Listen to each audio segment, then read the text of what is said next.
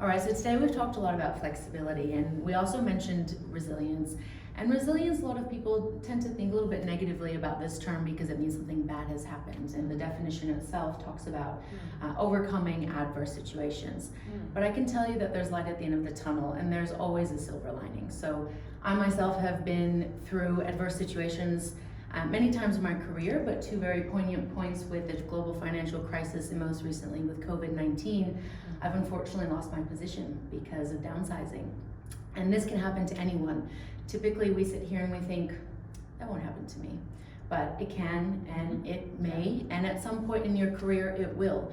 This is not the last time we're going to have a global crisis. So not only has this happened to me mid-career, there are students like yourselves that are starting out in a very tough job market, but this gives you a fantastic opportunity to redefine yourself and your expectations. So for myself, the silver lining, what I've found in both instances is that if those things had not happened to me, the opportunities that I started to see, I would have never noticed before.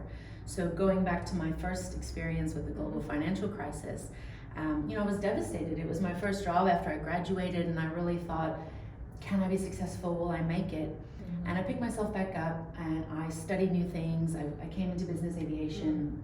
And if that hadn't happened, I most likely would not be in Asia and have spent the last 10 years here.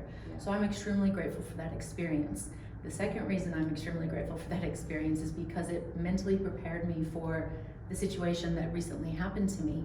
And what I was also able to do is have awareness, because when you sit there thinking that will never happen to me, when it does happen, you'll be in shock. And that's when you get stuck.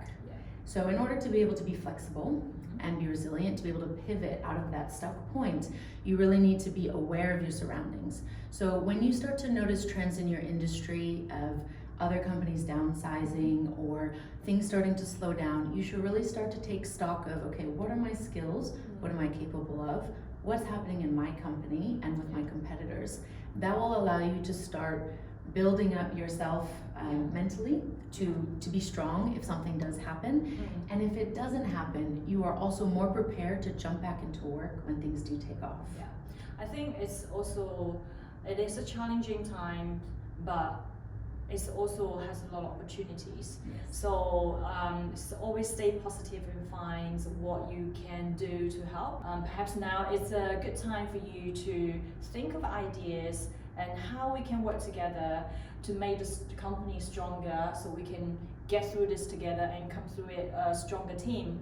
Exactly. Build a stronger brand. I agree.